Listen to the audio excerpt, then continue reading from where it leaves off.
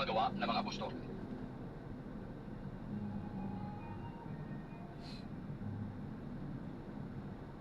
Panimula, ang mga gawa ng mga apostol ay pagpapatuloy ng mabuting balita ayon kay Lucas.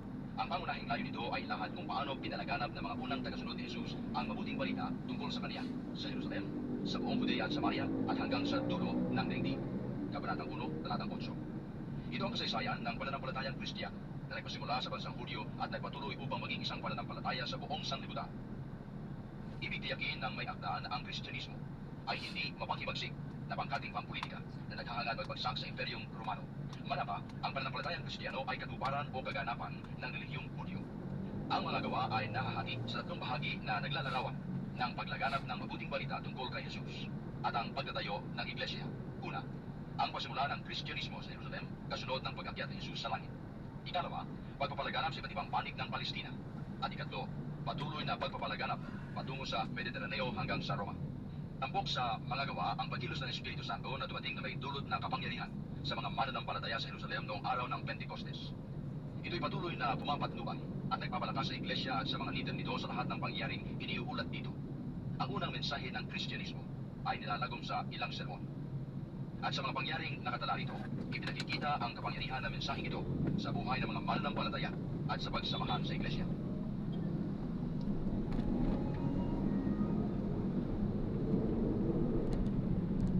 Kabanatang 1. Mahal na Teofilo, isinalaysay ko sa aking unang aklat ang lahat ng ginawa at itinuro ni Jesus buhat sa pasimula hanggang sa araw na siya umakyat sa langit. Bago siya umakyat, pinagbilinan niya sa pamamagitan ng Espiritu Santo ang mga apostol na kanyang hinilang. Pagkatapos ng kanyang pagbabata, maraming ulit siyang napakita sa kanila. Sa gayon na katunayang siya'y buhay. Napakita siya sa kanila sa loob ng 40 araw at nagturo tungkol sa paghahari ng Diyos. At samantalang siya'y kasama-sama kanila, kanyang pinagbilinan sila, huwag muna kayong aalis sa Jerusalem. Hintayin ninyo roon ang ipinangako ng Ama na sinabi ko sa inyo. Nagbautismo nga sa tubig si Juan, ngunit di na magtatagal at babautismohan kayo sa Espiritu Santo. Kaya't nang magkasama-sama si Jesus at ang mga alagad, nagtanong ang mga ito, Panginoon, itatatag na ba ninyong muli ang kaharian ng Israel? Sumagot siya, ang mga panahon at sandali ay tinagda ng Ama sa kanyang sariling kapangyarihan, at hindi na kailangan pang malaman ninyo kung kailan iyon. Ngunit bibigyan kayo ng kapangyarihan pagbaba sa inyo ng Espiritu Santo, at kayo magiging mga saksi ko sa Jerusalem, sa buong Judea at Samaria, at hanggang sa dulo ng daigdig. Pagkasabi nito, siya iniakyat sa langit samantalang nakatingin sila sa kanya, at natakpan siya ng ulam. Habang sila'y nakatitig sa langit, dalawang lalaking nakaputi ang biglang tumayo sa tabi nila. Mga taga-Galilea, sabi nila, bakit kayo narito nakatingala sa langit? Itong si Jesus na umakyat sa langit ay magbabalik tulad ng nakita ninyong pag-akyat niya. Ang mga apostol ay nagbalik sa Jerusalem buwan sa bundok ng mga uwi, na halos 1 kilometro ang layo. Ang mga ito ay sina Pedro, Juan, Santiago, Andres, Bartolome, Mateo, Santiago na anak ni Alfeo, si Simon, ang kabayan, at si Judas na anak ni Santiago. Pagdating sa kanilang tinutukuyan sa lusot, natuloy sila sa silid sa itaas. Lagi silang nagsasama-sama sa pananalangin, kasama ang mga babae at si Maria ina ni Jesus, kaya din ang mga kapatid ni Jesus. Makalipas ang ilang araw, nagkatipo ng 120 kapatid. Tumiting sa harapan nila si Pedro at nagsalita, mga kapatid, kailangan matupad ang nasasaad sa kasulatan na sinabi ng Espiritu Santo sa pamamagitan ni David tungkol kay Judas na nanguna sa mga tumakip. Ang kabayaran sa kanyang pagtataksil ay ibinili ng isang sukat na lupa. Dito siya bumagsak ng patiwari. Kumukuha ang kanyang tiyan at gumawa ang bitukan. Nalaman ito ng lahat ng naninirahan sa Jerusalem. Kaya nga sa kanilang wika, tinawag na Akeldama ang lupang iyon. Ibig sabihin, bukid ng dugo. Ngayon nasusulat sa aklat ng mga awit, ang tirahan niya ay tuluyang layuan at huwag ng tirahan inuman. Nasusulat din, gampanan ng iba ang kaniyang tuturin. Kaya dapat tayong pumili ng isang makakasama namin bilang saksi sa muling pagkabuhay ni Jesus. Kailangan ito isa sa mga kasama-sama namin sa buong panahon na ipabuhay sa atin ng Panginoong Jesus mula ng bautismo at siya ni Juan hanggang sa iyakyat sa langit. Pumili sila ng dalawang lalaki, si Matias at si Jose, na tinatawag ng Barsabas at tinatagurian ding Gusto. At sila'y nanalangin, Panginoon, alam niyo kung ano ang nasa puso ng lahat ng tao. Ipakilala po ninyo sa amin kung sino sa dalawang ito ang iyong hinirang upang maging apostol na gaganin sa tungkuling tinaligdan ni Judas nang siya tumungo sa lugar na marapat sa kanya. Nagpatapuntan sila at si Matias ang anak. Siya ang nalalag sa labing isang apostol.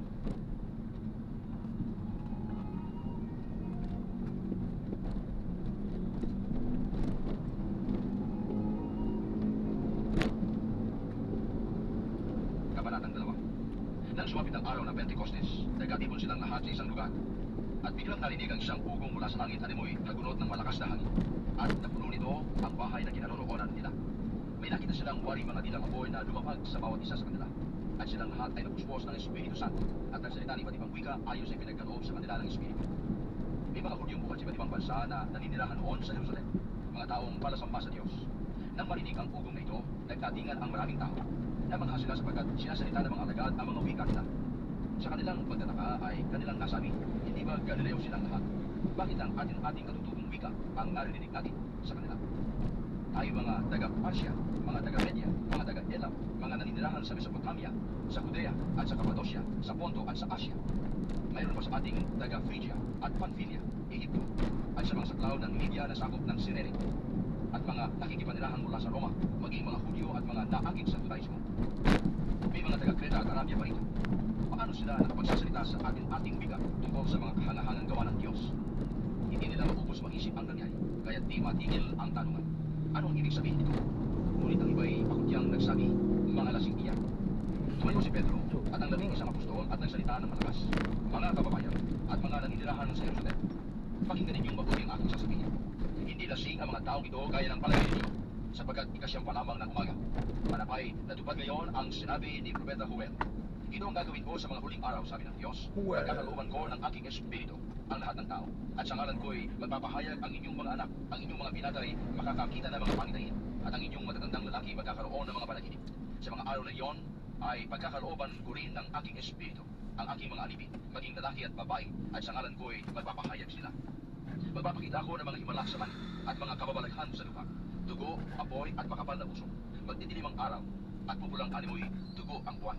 Bago sumapit ang araw ng Panginoon, ang dakila at maningning na araw. At sino mang tumawag sa pangalan ng Panginoon ay maliligtas. Mga Israelita, pakinggan ninyo ito. Si Jesus sa taga Nazaret ay sinugo ng Diyos. Pinatutunayan ito ng mga himala, mga kababalaghan, at mga tandang ginawa ng Diyos sa pamamagitan niya. Alam ninyo ito sapagkat lahat ay naganap sa gitna ninyo. Ngunit ang taong ito na ibinigay sa inyo ayon sa pasya at pagkaalam ng Diyos sa mulat mula pa ay ipinapako ninyo at ipinapatay sa mga makasalanan. Subalit siya muling binuhay ng Diyos at pinalaya sa kapangyarihan ng kamatayan. Hindi ito maaaring mamayari sa kanya, gaya ng sinabi ni David. Nakita ko na laging nasa tabi ko ang Panginoon. Siya'y kasama ko, kaya't hindi ako matitigati. Dahil dito, nagalak ang puso ko at tumawid sa tuwa ang aking dila.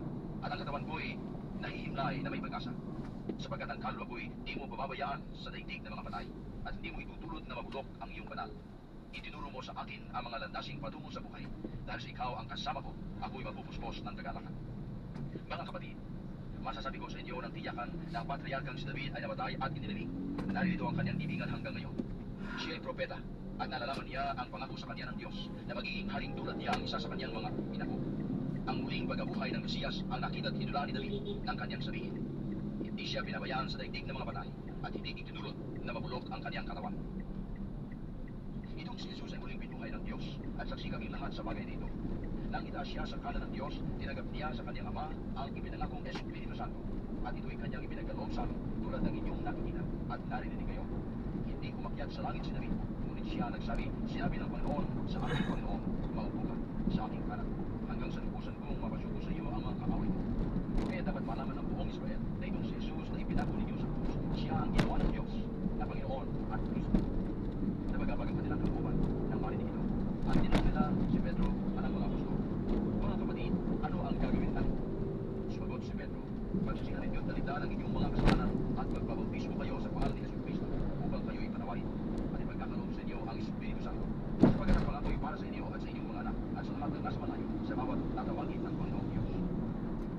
Marami pa siyang inilahat upang patunayan ang kanyang sinabi at nanawagan niya sa kanila, lumayo kayo sa masamang dahil ito upang kayo'y maligtas. Kaya't ang mga naniwala sa kanyang sinabi ay nagpabautismo at nadagdag sa kanila ang may 3,000 tao ng araw na iyon. Nanatili sila sa itinuro ng mga apostol sa pagsasama-sama bilang magkakapatid, sa pagpapilaglaso ng tinapay at sa pananalangin. Dahil sa maraming himalang nagawa sa pamamagitan ng mga apostol, naghari sa lahat ang maghahalong biagan at araw. At nagsama-sama ang lahat ng sumasampalataya at para sa lahat ang kanilang ari-arian. Ipinagbibili nila ito at ang pinagbilhan ay ipinamamahagi sa lahat ayon sa pangailangan ng bawat isa. Araw-araw, sila ay nagkakatipon sa templo at nagpipira-piraso ng tinapay sa kanilang tahanan at nagsasalo-salong masaya at mga. Nagpupuri sila sa Diyos at ginagawa ng lahat ng lahat. Bawat araw ay itinaragdag sa kanila ng Panginoon ang mga inililigtas. Meron?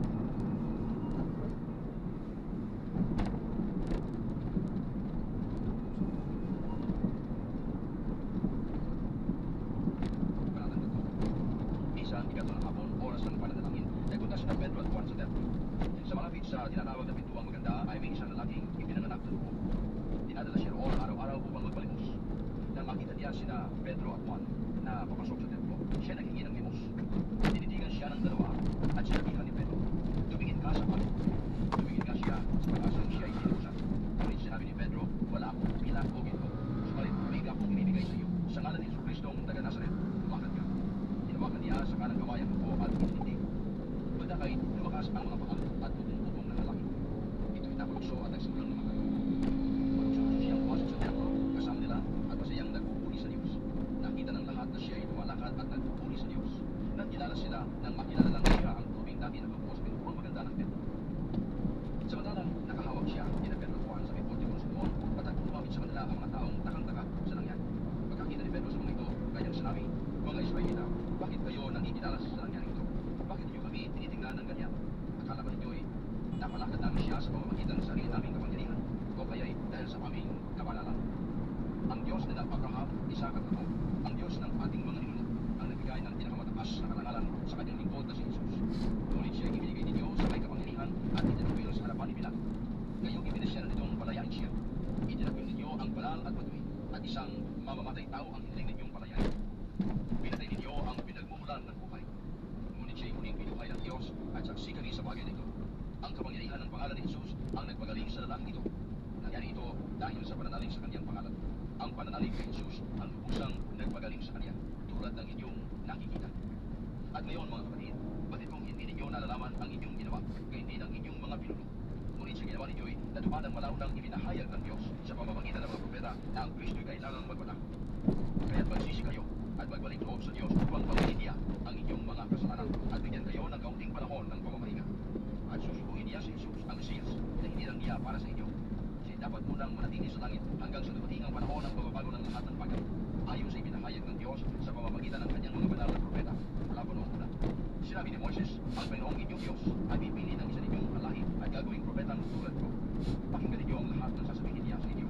Ang lahat ng hindi nakikinig sa propetang iyon ay ihihiwalay sa bayan ng Diyos at dinipunin. Nagpahayag din tungkol sa mga araw na ito ang mga propeta mula kay Samuel at lahat ng sumunod sa kanya.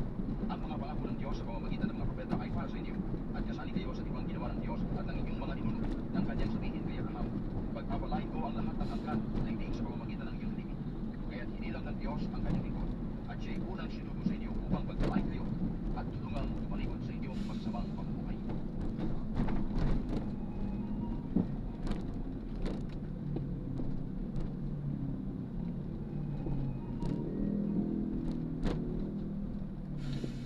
Kabanatang 4. Nagsasalita pa sina Pedro at Juan na dumating ang mga saserdote, ang kapitan ng mga bantay sa templo, at ang mga Saduceo.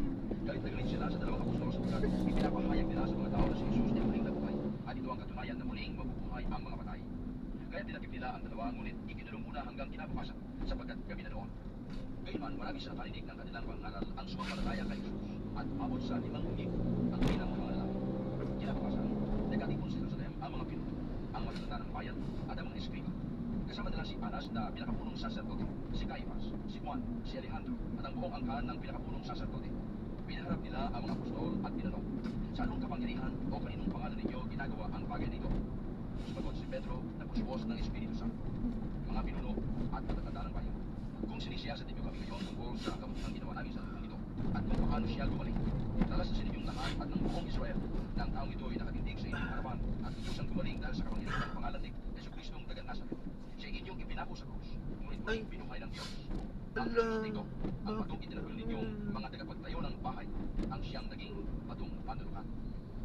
Kay Jesucristo lamang matatagpuan ang kaligtasan, sapagkat sa silong ng langit ang kanyang pangalan lamang ang ibinigay ng Diyos sa ipagliligtas ng tao. Nagtaka ang mga bumubuo ng Pilipin sa katapan ng pinakita ni Pedro at Juan, lalo na ng mabatid nilang mga karaniwang tao lamang ang mga ito at hindi nag-aral. Napagkilala nilang sila'y kasamahan ni Jesus noong nabubuhay pa. At nang makita nila ang taong pinagaling na nakatayo sa tabi ng dalawa, wala silang masabi laban sa kanila. Kaya't pinalabas muna sa Sanhedrin ang mga alagad, saka sila nag-usap. Ano ang gagawin natin sa mga taong ito? Tanong nila. Sapagkat hayag na sa buong Jerusalem at hindi natin may natatwa na isang pampihilang kababalaghan ang naganap sa pamamagitan nila.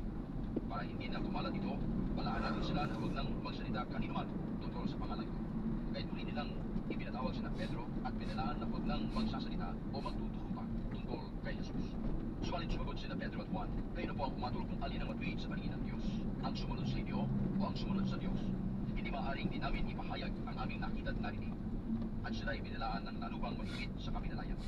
Wala silang makitang paraan upang maparusahan ang dalawa, sapagkat ang mga tao ay nagpupuri sa Diyos dahil sa nangyari. Ang lalaking pinagaling nila ay higit ng 40 taong gulang. Nang mapalaya na sina Pedro at Juan, sila nagpunta sa mga kasamahan nila at ibinalita ang sinabi ng mga punong saserdote at ng matatanda ng bayan.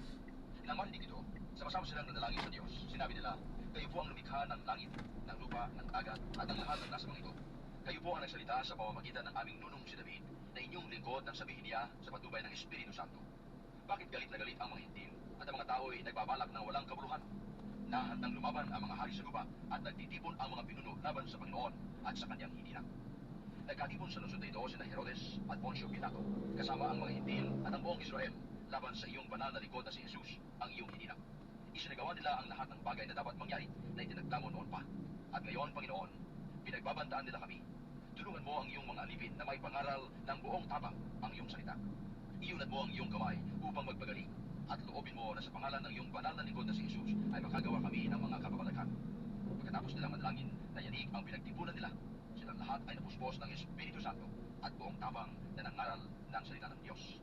Nagkaisa ang damdamin isipan ng lahat ng sumasampalataya at di itinuring ni naman na sarili niya ang kanyang mga ari-arian, kundi para sa lahat.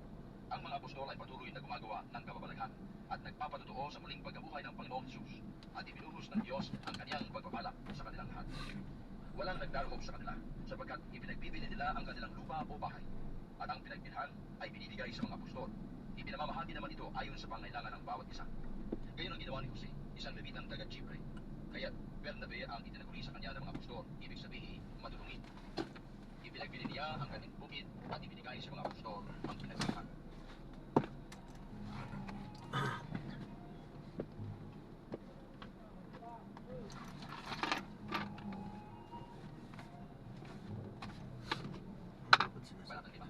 Mayroon namang mag-asawa na nagbili rin ng lupa. Ananias ang pangalan ng lalaki at Safira naman ang babae. Binawasan ni Ananias ang pinagbilhan alam ang kanyang asawa at bahagi lamang ang ibinigay sa mga apostol. Kaya sinabi ni Pedro, Ananias, ano't nagbilig ka kay Satanas at nagsinungaling sa Espiritu Santo? Bakit mo binawasan ang pinagbilhan ng lupa? Nang hindi ba na ipagbibili ang lupa, hindi ba iyo yun? At nang maipagbili na, hindi ba iyo ang pinagbilhan? Bakit mo pa naisipang gawin iyon? Hindi ka sa tao nagsinungaling, sa Diyos ka nagsinungaling. Nang marinig ito ni Ananias, siya'y patay na bumagsak at lahat ng nakarinig sa pangyayaring ito ay sinita ng matinding takot. Tumindig ang mga binata, pinalot ang bangkay at inilibing. Pagkaraan ng may 3 oras ay dumating ang kanyang asawa na walang kamalay-malay sa nangyari. Kaagad siyang kinausap ni Pedro, sabihin mo sa akin, ito na nga ba lamang ang pinagbilhan ng lupa ninyo? Opo, sagot niya. Iyan nga lamang po. Kaya't sinabi sa kanya ni Pedro, ano't pinagkaisahan ninyong tukstiin ang Espiritu ng Panginoon? Kaya, nasa pintuan na ang mga naglibing sa iyong.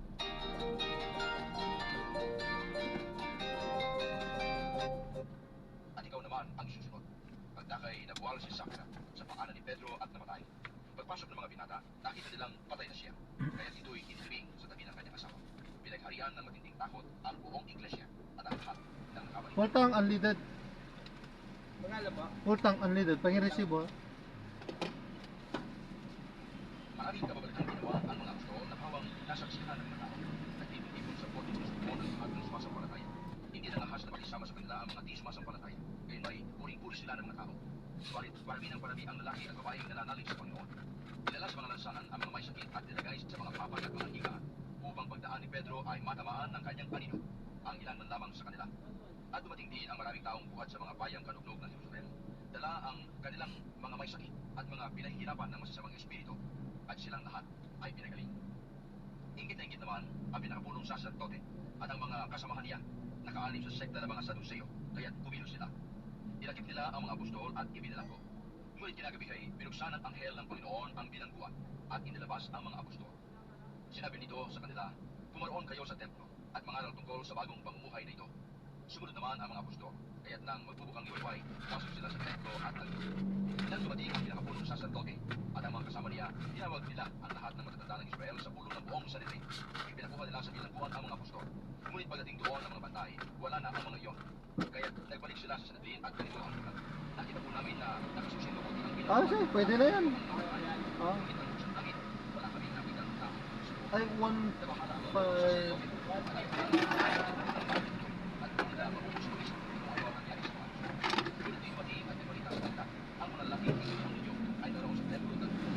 Ay, resibo ah. Isinakita ang mga pastor, ngunit hindi gumamit ng ahas dahil sa pangambang sila ay maraming. Iniharap nila sa Sanhedrin ang mga pastor at siniyasat ng pinakapunong sacerdote. Kami pinagbawal sa inyo ang pangangaral sa pangalan ng Jesus na iyan. Ngunit tignan ninyo ang inyong ginawa. Naganatas sa Jerusalem ang inyong aral. At inipan niyo kaming managbihin sa pagkamatay ng taong iyan. Ngunit sumagot si Pedro at ang ibang mga apostol, ang Diyos ang dapat naming sundin, hindi ang tao. Ang Diyos ng ating mga ninuno ang muling bubuhay kay Jesus na pinatay ninyo ng inyong ipabitay sa krus. Iniakyat siya ng Diyos sa kanyang kanan bilang tagapanguna at tagapagligtas upang bigyan ng pagkakataon ng mga Israelita na magsisitumalikod sa kanilang mga kasalanan at sa gayon sila'y patawarin. Saksi kami sa mga bagay na ito, kami at ang Espiritu Santo na ipinagkaloob ng Diyos sa mga tumatalima sa Kanya. Nagitgit sa galit ang mga bumubuo ng Sanhedrin na marinig ito at ibig nilang ipapatay ang mga apostol. Ngunit tumindig ang isang pariseo na gangalang Gamaliel, tagapagturo ng kautusan at iginagalang ng buong bayan. Iniutos niyang ilabas muna ang mga apostol, saka nagsalita, "Mga kababayan, isipin ninyong mabuti ang gagawin sa mga taong ito. Hindi pa nagtatagal na lumitaw si Teodas na nagpanggap na isang dakilang pinuno at nakaakit na may 400 tagasunod. Ngunit nang mapatay siya, nagkawatak-watak ang mga tauhan niya at nauwi sa wala ang kilusan.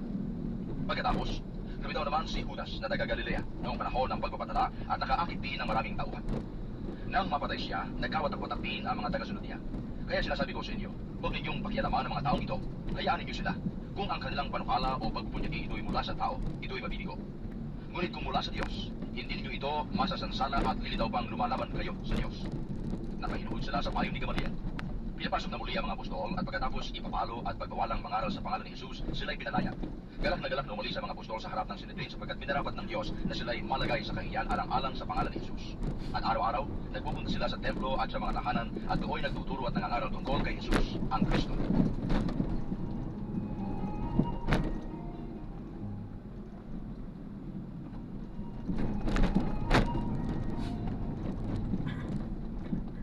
Kabanatang 6. Nang panahong iyon, dumarami na ang mga sumasampalataya at nagreklamo ang mga Helenista laban sa mga Hebreo. Sinabi nilang ang mga babaeng palos sapagkat nila ay napapabayaan sa pang-araw-araw na pamamahagi ng ikabubuhay. Kaya tinipon ng 12 ang buong kapulungan ng mga sumasampalataya at sinabi sa kanila, "Hindi namin dapat pabayaan ang pangangaral ng salita ng Diyos upang mga siwas sa pamamahagi ng ikabubuhay. Kaya mga kapatid, pumili kayo sa mga kasamahan ninyo ng 7 lalaking kilala sa pagiging mabuti, matatalino at puspos ng Espiritu Santo at ilalagay namin sila sa tungkuling ito. At iuukol naman namin ang buong panahon sa pananalangin at sa pangangaral ng salita." Nalugod ang buong kapulungan sa panukala ng mga apostol, kaya't pinili nila si Esteban, isang lalaking matibay ang pananalig sa Diyos at puspos ng Espiritu Santo, at sina Felipe, Procoro, Nicanor, Timon, Parmenas, at Nicolas na taga Antioquia, isang hintil na naakit sa Judaismo. Iniharap sila sa mga apostol, sila ay ipinanalangin ng mga ito at pinatungan ng kamay. Patuloy na lumaganap ang salita ng Diyos, at ang sumasampalataya ay parami ng parami sa Jerusalem. At maging sa mga saserdote, marami ang sumampalataya.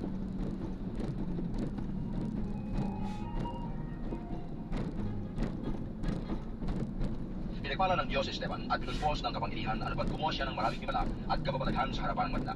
Nagipagtalo sa kaniya ang ilang kasapi sa sinagoga ng mga pinalaya na binubuo ng mga Hudyong taga Cirene, taga Alejandria, taga Cilicia at taga Asia. Ngunit wala silang magawa sa karunungan ni Esteban na kaloob ng Espiritu. Kaya't lihim nilang sinurusulan ang ilang lalaki na magsabi ng ganito, "Narinig naming nilalait niya si Moses at ang Diyos." Sa gayoy, naudyukan nilang magalit kay Esteban ang mga tao, ang matatanda ng bayan at ang mga eskriba. Siya'y sinunggaban nila at iniharap sa Sanhedrin. At nagharap sila ng mga bulaang saksi laban kay Esteban. Ang taong ito, wika nila, ay walang tigil ng pagsasalita laban sa banal na templo at sa kautusan ni Moises. Narinig naming sinasabi niya na ang templo ay gigibain nitong Jesus na taga Nazaret na ito at papalitan ang mga kaugaliang ipinamana sa atin ni Moises. Tinitigan sa Esteban ang lahat ng nakaupo sa Sanhedrin at nakita nila na ang kanyang mukha ay parang mukha ng anghel.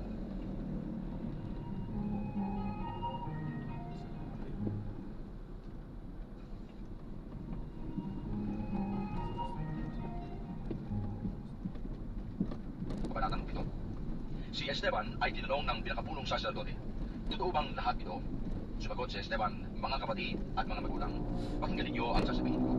Ang dakila at makapangyarihang Diyos ay napakita sa ating ninunong si Abraham nang ito'y nasa Mesopotamia pa, bago nanirahan sa Haran. Sinabi sa kanya, iwan mo ang iyong lupain at mga kamag-anakan. Pumunta ka sa lupain ituturo ko sa iyo. Kaya't umalis siya sa lupain ng mga Kaldeo at nanirahan sa Haran. Pagkamatay ng kanyang ama, siya ay pinalipat ng Diyos sa lupain ito na inyong tinitirhan ngayon. Gayunman, dito'y hindi siya binigyan ng Diyos kahit kapalad na lupa. Ngunit ipinangako niyang ito'y magiging kanya at salipin niya, bagamat wala pa siyang anak noon. At ganito ang sinabi sa kanya ng Diyos, makikipamayan sa ibang lupain ang iyong lipid. Alipinin sila roon at pahihirapan sa loob ng 400 taon. Parurusahan ko ang bansang aalipin sa kanila. Aalis sila roon at sasamba sa akin sa lugar na ito. At iniutos ng Diyos kay Abraham ang pagtutuli bilang tanda ng kanyang tipan. Kaya't nang isilang si Isaac, hinulo niya ito sa 8 araw. Ganito rin ang ginawa ni Isaac kay Jacob at ginawa naman ni Jacob sa 12 patriarka. Nainggit ni Jose ang ibang mga patriarka, kaya't siya ipinagpiling alipin sa Ehipto.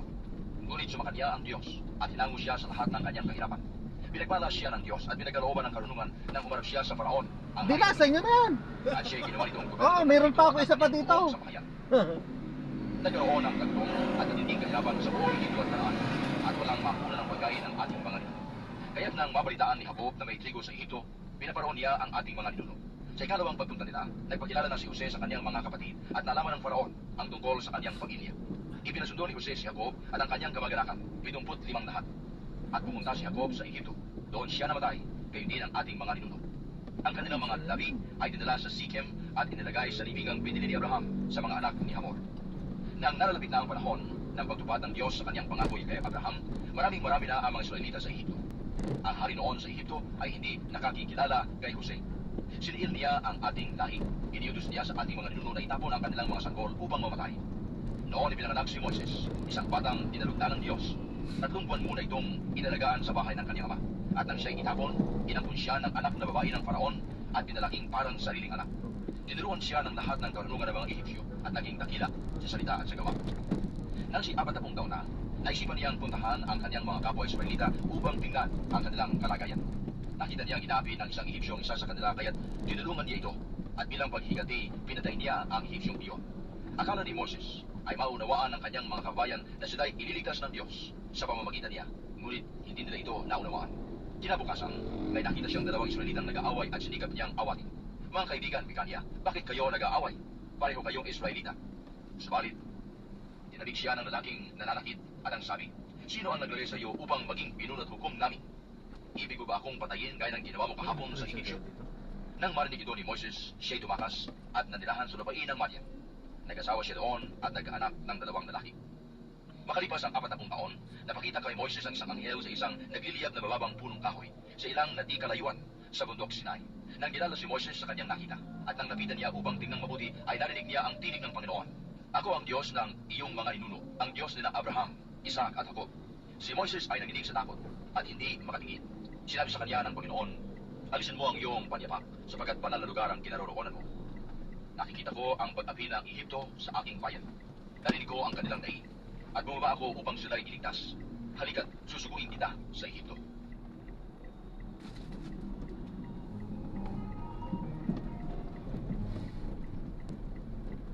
Itinakwil nila si Moises na ang kanilang sabihin, sino ang naglagay sa iyo upang maging pinuno at hukom namin? Ngunit ang Moises din ito ang sinugo ng Diyos bilang pinuno at tagapagligtas sa tulong ng anghel na napakita sa kanya sa mababang punong kahoy. Siya ang humango sa kanila sa kahirapan. Upang mangyari ito, siya'y gumawa ng mga kababalaghan sa Ehipto, sa dagat na pula at sa ilang sa loob ng 40 taon. Siya rin ang Moises na nagsabi sa mga Israelita, ang Diyos ay pipili ng isa sa inyo at gagawing propetang tulad ko. Siya ang kasama sa kapulungan ng mga Israelita sa ilang. Siya ang nakipag-usap sa anghel na nagsalita sa kanya at sa ating mga ninuno sa bundok Sinai. Siya ang tumanggap ng mga salitang nagbibigay buhay mula sa Diyos upang ibigay sa amin. Ngunit hindi siya sinunod ng ating mga ninuno.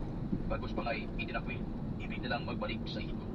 At ang sabi nila kay Aaron, igawa mo kami ng mga Diyos na mamumuna sa amin, sapagkat hindi namin alam kung napaano na ang Moises na yan na naglabas sa amin sa lupain ng Ehipto. At gumawa nga sila ng Diyos-Diyos ang kanyo ng misirong baka. Ipinagpisa nila ito at hinandugan ng mga hain. Dahil diyan, tinalitan sila ng Diyos at pinabayaang sumamba sa di mabilang na Diyos-Diyosan. Ayon sa nasusulat sa aklat ng mga propeta, Bayang Israel, hindi ako ang tunay na hinandugan ninyo ng mga hain at mga hayop na pinatay sa ilang sa loob ng 40 taon. Ang daladala ninyo'y ang Jordan ni Molo at ang bituin ng Diyos-Diyosan ninyong si Renfan. Mga larawang ginawa ninyo upang samahin, kaya tinatapon ko kayo sa kabila pa ng Babylonia. Ang toldang tipan ng Diyos at ng tao ay nasa ating mga ninuno noong sila'y nasa ilang. Ginawa ang tolda nito ayon sa utos ng Diyos kay Moses at sa huwarang ipinakita sa kanya. Pinanay ito ng kanilang mga anak at dinala ng sakupin nila ang lupain ng mga bansang ipinalubig sa kanila ng Diyos sa pangunguna ni Josue. Ito'y nanatili roon hanggang sa kapanahunan ni David. Kinalugan ng Diyos si David at humingi ito ng pahintulot na magtayo ng tahanan para sa Diyos ni Jacob. Ngunit si Solomon na ang nagtayo ng tahanan iyan. Gayunman, ang kataas-asang Diyos ay hindi naninirahan sa mga bahay na ginawa ng tao, ayon sa sinabi ng propeta. Ang langit ang aking trono, sabi ng Panginoon, at ang lupa ang tuntungan ng aking mga paa. Ano bang bahay ang tatayo ninyo para sa akin? O lugar na pagpapahingahan ko? Hindi ba't ako ang gumawa ng lahat ng ito? Napakatigas ng ulo ninyo. Di pa nababago ang inyong kalooban. Ayaw ninyong dinggin ang katotohanan. Kung ano ang ginawa ng inyong mga magulang, iyon din ang ginagawa ninyo. Lumalaban kayong lagi sa Espiritu Santo. Sinong propeta ang hindi pinag-usig ng inyong mga ninuno? Pinatay nila ang mga humula sa pagparito ng matuwid na inyo namang ipinagkanulo at ipinapatay. Tungag kayo ng kautosang ibinigay ng Diyos sa pamamagitan ng mga anghel, ngunit hindi ninyo tinatalima iyon. Nang marinig ito ng mga bumubuo ng sinatin, sila'y naggalit dahil sa matinding galit kay Esteban. Ayan, Ngunit si Esteban pustos ng Espiritu Santo ay tumingin sa ganyan langit lang at po nakita muna ang tayo, maliit na ano? liwanag At sa paligid tapos ng na Diyos. ako. Barahin na rin. At si Jesus nasa kanyang Maraming kanan. salamat po sa Bukas ang panonood. kalangitan, Hanggang sa sabi muli niya, po. at Ingat. God nakikita ko ang anak bless. ng tao, Paalam nasa kanan po. ng Diyos. Tinagpatid